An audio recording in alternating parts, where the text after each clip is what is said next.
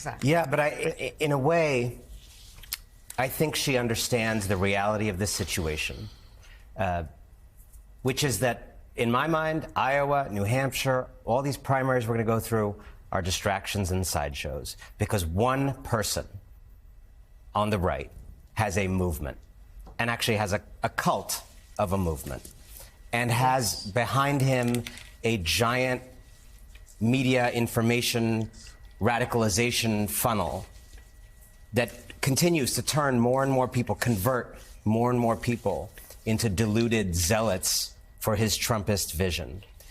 And nobody on the right has attempted to build anything similar, has cut into that. Nobody on the right who's run against him has had the courage to actually fully call him out for what he's doing to this country. There's little bits here and there, some more than others. And frankly, nobody on the left is adequately thinking about how to build a movement that is as powerful, forceful, emotive as what he's built. And so all of these things, from my point of view, the diners and all the things that we all used to cover as the kind of trappings of this process, I think we're living in a new century and a new country when it comes to this political moment, and we have to adjust to the new reality of living in a kind of anti-democratic mass movement with a mass movement leader who wants to be a self-professed dictator. It is new territory. It's new territory, and it must be said, Trump is the most dominant political figure we've seen in a long time in this nation's history, and he does have a movement behind it. It's a movement that has a ceiling at some point, but he has a movement, and there's no one in the Republican Party who's been able to take that from him. And I think what we just saw, Joe Mika, there from Nikki Haley, this is a lot of Republicans have said to me in recent days that they wonder where the fire is, that they do wonder if she's trying to play for the VP slot. And she is, the Trump team knocks it down every so often, but she's on that short list of people that they've talked about. They do anticipate Trump will pick a woman, Kristi Noem, Carrie Lake, or some of the others in the mix, at least Stefanik. They wonder why, obviously her situation with her father is one thing, but they wonder why her schedule isn't stronger. They wonder why she's not taking questions. They wonder why she's not going after Trump. And we just got a pair of polls yesterday that show her 10-plus points down in New Hampshire. And if that happens, if she loses New Hampshire, I would argue if she loses New Hampshire at all, but certainly if she loses New Hampshire by double digits, it is game over. It's over. Nikki Haley, yes, the third contest is South Carolina. That's her home state. She's down about 30 or 40 points to Donald Trump in that state. She is going to lose her home state in embarrassing fashion. The question, frankly, becomes if she loses New Hampshire by 10 points, does she drop out ahead of South Carolina to save herself the embarrassment of being crushed in her home state? So if she wants to win the race, it has to be everything. Chips to the center of the table, New Hampshire, New Hampshire, New Hampshire. She's not doing it, and if she doesn't, the race is over. Well, it's just like the southern border deal. If you've got the best southern border deal in history for Republicans, and you've got a House Republican leadership that's opposing that bill, and that doesn't make sense. I always tell my kids, if something doesn't make sense, there's a reason it doesn't make sense. And so if Nikki Haley isn't doing what every other candidate in history would do, and that is just like what Jen said, you want to get momentum in New Hampshire, what you do is you thank people in Iowa, you get to a plane, you fly to New Hampshire, and you're standing on a flatbed in freezing cold talking to a group of people. And when the morning comes and the sun's rising, you're shaking people's hands as they're going into work. You're going into diners, you're sitting there, you're talking to them, you're all over the place. You're loving it. Answer every question. Nikki Haley, of course, and again, if you're just tuning in, we understand and we salute her for being with her father in the hospital. That's an important thing to do. Apart from that, she's doing nothing that would suggest she actually wants to win New Hampshire, not answering people's questions at town hall meetings, not doing any of that. And so she's playing for second place. And I will say, along with what Annen's saying and what Jonathan Lemire is saying, Donald Trump does have a movement, right?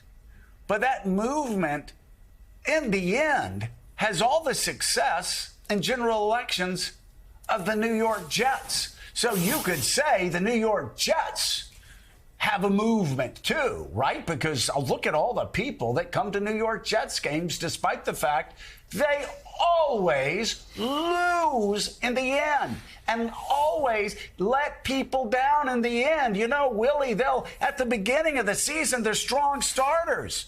They'll get Aaron Rodgers and they'll have lights on him and he'll be running out of the locker room and he'll be carrying an American flag high in the Meadowlands and the lights will be on him and fireworks will be going off. He'll plant that flag on the 50-yard line. The Jets, the stadium's going crazy, just like extreme MAGA supporters are right now. And then, Willie, what happens? Foreplay. Wah, wah. The Jets do Jets things. Just like in 2017, 18, 19, 20, 21, 22, 23. Republicans have lost. It's Anand is right. I know what he's thinking. He's thinking Joe is way too cocky comparing this movement to the New York Jets. But I'm saying if you judge them by their seasons in 2017 to 2023, hard to separate, Mika, extreme MAGA Republicans from the New York Jets. Well, I'm going to take it back to Nikki Haley not answering questions, and I think one of the reasons is because she doesn't have a truthful, correct answer. And that answer with Dana Bash was really, as a woman, that hurt to watch. That hurt.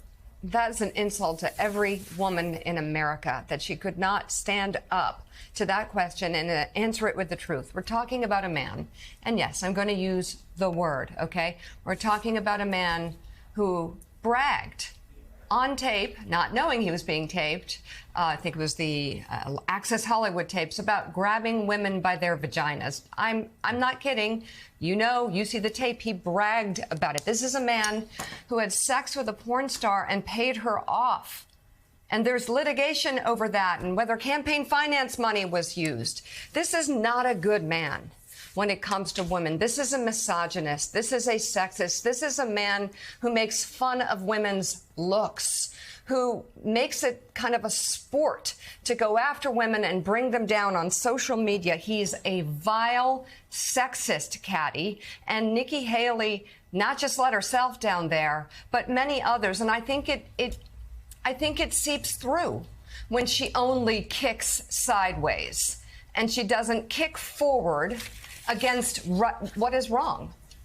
I was longing to ask the follow-up in that interview, which is, he has been found guilty. So now what's your response?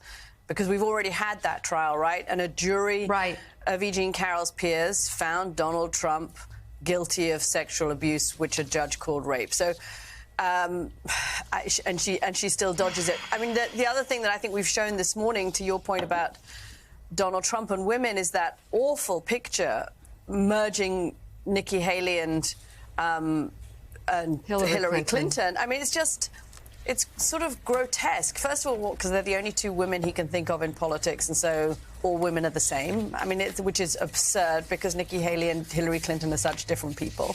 But somehow, well, they're all women, so they must all be terrible. And then the picture itself is just demeaning, and then calling her by a misspelling of her Indian name, playing to the lowest common denominator of both misogyny and racism. I mean, that's really what happened in the course of the last 24 hours in respect to women. And she just sort of gives him cover by saying, oh, well, I'm not a lawyer, and I don't know if he's been found guilty, then that would be different. He has been found guilty. I mean, he has. A court found him guilty.